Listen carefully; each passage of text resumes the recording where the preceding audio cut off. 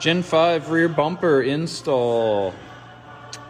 Step 1, guys, get your old bumper off. T30 Torx. Take out all the bolts and you're gonna slide your bumper up. So some guys are gonna have removable snow flaps, some aren't.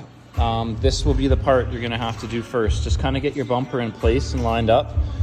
And you're gonna have to trim just a little bit of this plastic so that the bumper can sit in flush to the side of the tunnel.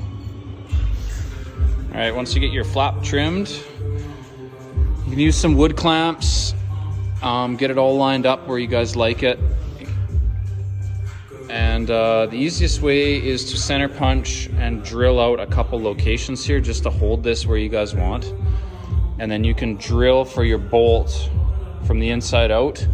And same thing on the underside. There's the back loop. I can't see it.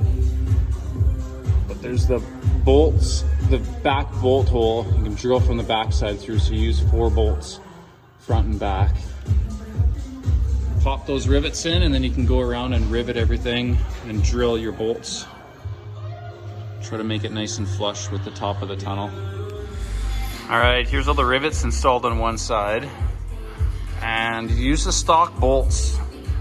Just give you nylock nuts and some washers.